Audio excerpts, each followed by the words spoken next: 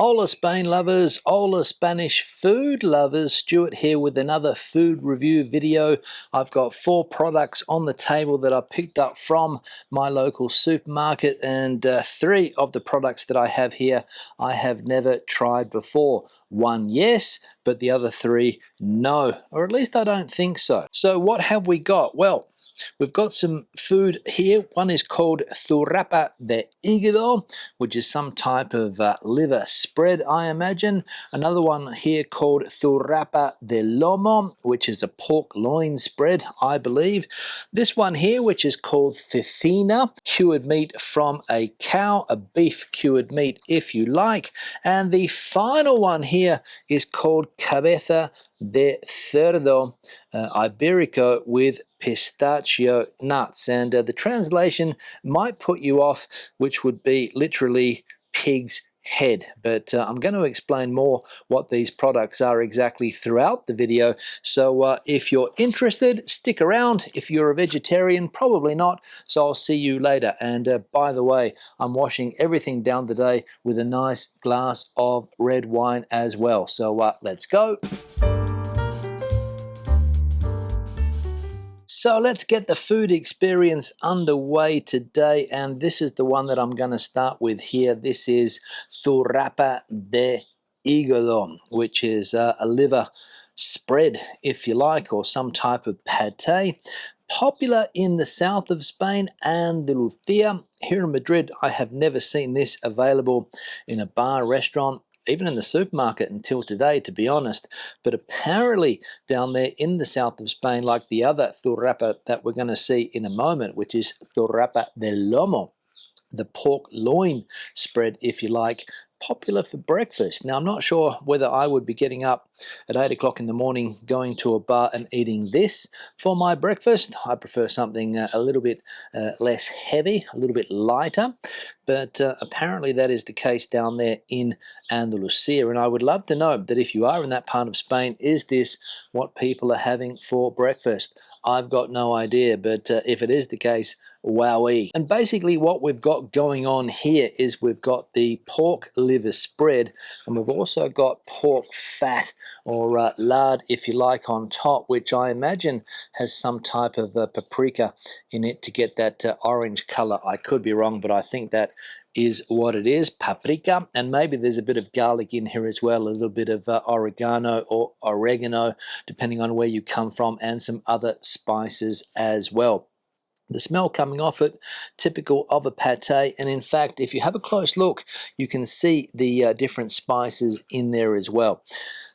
So, not for the faint-hearted, I will say, this type of food, but for a snack, for a spread, if you like that type of thing, maybe you like liver pate, this could be similar. So, let's see what the taste is like, and I'm looking for deep flavors here. Let's see if I get those deep flavors with this zurrapa.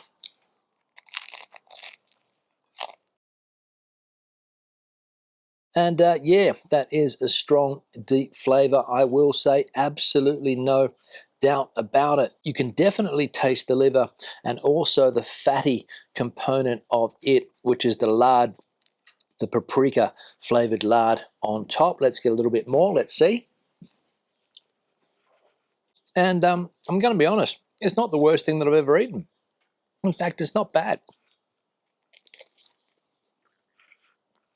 Texture, smooth, as you would expect with a pate type substance. And yeah, if you like liver, if you like liver pates, this is definitely something that you could try here in Spain, and no doubt you will like it. The amount of fat for me is a little bit concerning, the lard on top. You can see here, there's probably about, I don't know, half a centimetre of lard sitting on top, and then you've got the liver substance down the bottom. So that's the only thing worrying for me as far as health is concerned. But yeah, go down to the bottom, try to avoid the fat if that's not your thing. But yeah, nothing wrong with this at all. Nothing wrong with this at all. In fact, if I was in Andalusia and I saw this on the menu, yeah, I'd go for it. But if liver is not your thing, I'd probably give that one a miss. Now I've just realized that I haven't put any wine in the glass yet, so let me pour a little bit of it. We're going with a supermarket brand wine, Viña Espolón. Rioja is where it comes from. It is a reserve quality wine, which means that it's been sitting in a barrel for a decent period of time, 18 months according to the bottle here. And yeah, Carrefour is the supermarket where you can pick this one up from. It's on special at the moment, and if you just buy one bottle like I did, it's around €6.50. Let's see what it's like. That's decent. It's going to go fantastically well with the second spread that I have, Turrapa de Lomo. Let's bring it on. So food number 2 in front of me now, and this is, as I just said, Turrapa de Lomo. We can see it there on the container, Turrapa de Lomo. And again, quite a thick covering of lard on top, probably around that 1/2 centimeter again. And here we have a different consistency to the one before. You can actually see pieces of meat in here, which is that pork loin, which has been shredded and put into a type of spread with the lard, of course. Again, this originates in the south of Spain, and the information that I looked up before told me that normally when they have leftover meat, for example, leftover pork, this is how they eat it the next day, the day after, whenever they're going to be eating that meat. And yeah, colors are different. Still quite fatty, as you can see here on the piece of bread, and the smell coming off this as well, different to the last one. The last one was quite intense, that livery smell. This one, not the case at all. So interesting to see what the flavors of this, what's it called? Turrapa de Lomo are like. Let's see.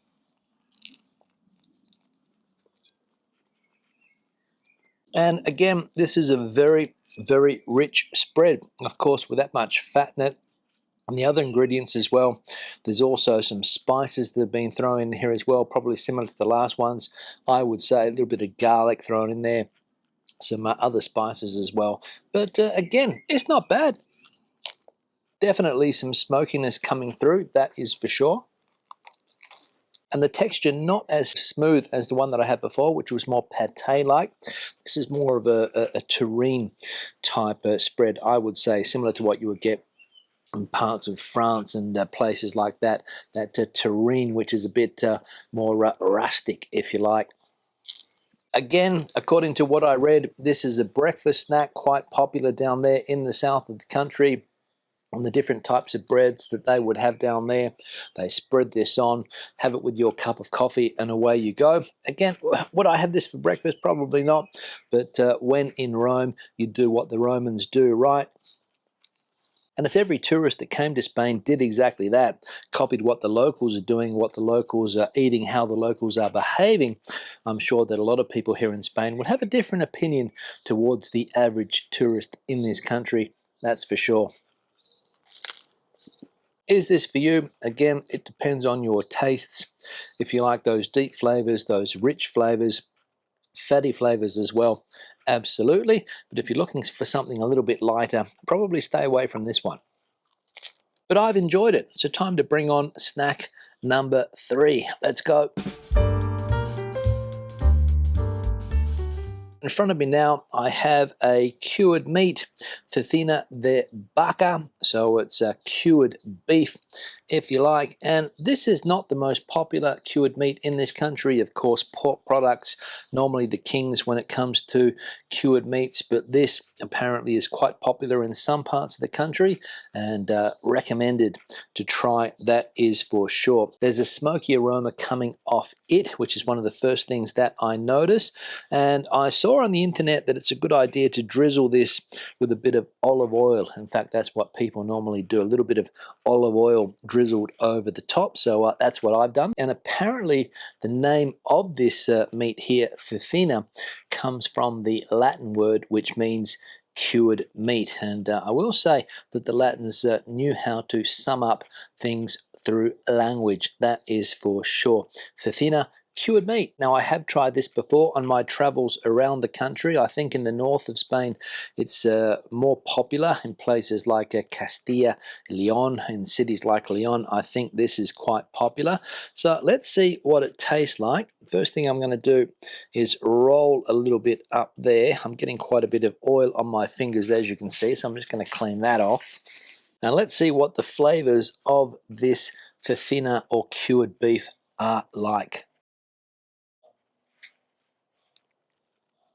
Chewy, and there's that hint of smoky flavor coming through there when you bite into it.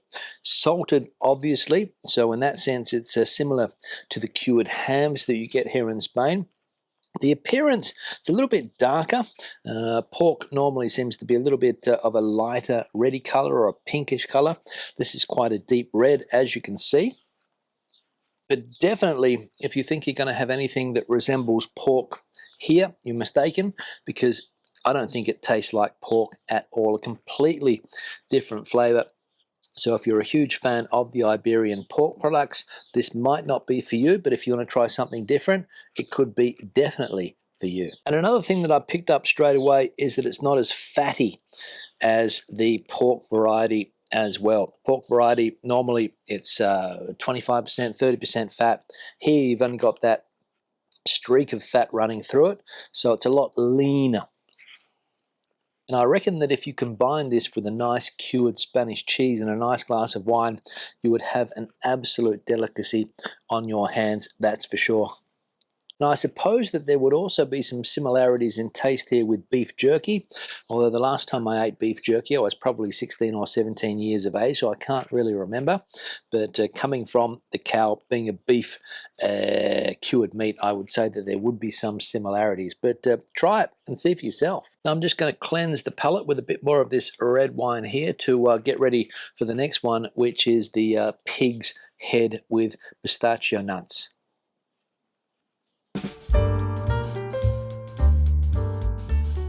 Now, the next thing on the menu today is in front of me now, and this is the cabeza de cerdo, or pig's head, with these pistachio nuts in here as well. I imagine the idea is to make it a little bit more palatable, a little bit more attractive by putting these pistachio nuts in there, getting some color as well, because the name on its own doesn't really sound all that attractive, does it? Cabeza de cerdo, pig's head. Sure, you might eat a pig's leg, you might eat pork loin, for example, but when it comes to eating the head, again, not for the faint-hearted. And this is something that I have tried on many an occasion here.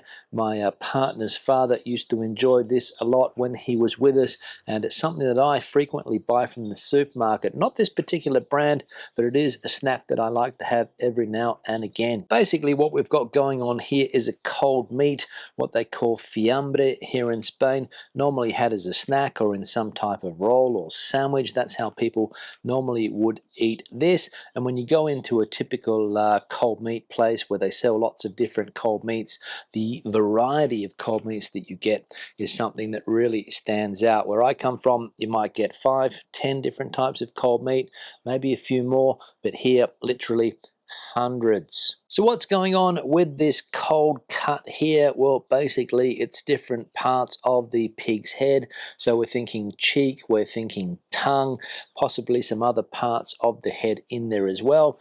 Pork cheek, as we know, it's quite tender, quite succulent. That would be the majority thing, I would say. I could be wrong, but I think that would be the case. It's also quite gelatinous. We can see here in the texture, the gelatin that's running through it. Apparently that comes from the cooking process. There's some other spices in here as well, for example garlic, a little bit of pepper I believe also, but the most important thing is to see what it tastes like, right? So it's savory, there's a pork flavor coming through there as well. You can taste the salt. The pistachio nuts give it a little bit of texture, and I also read that they are there to give it that nutty flavor as well, which apparently combines well. And the gelatinous aspect of it as well, that comes through when you eat it. But the flavors aren't all that intense. When you think of this type of thing, cabeza de cerdo or pig's head, you think of strong offal type dishes. But compared with something like, let's say, for example, tripe, I don't think it's nearly as strong as that. The flavors are quite mild, to be completely honest with you.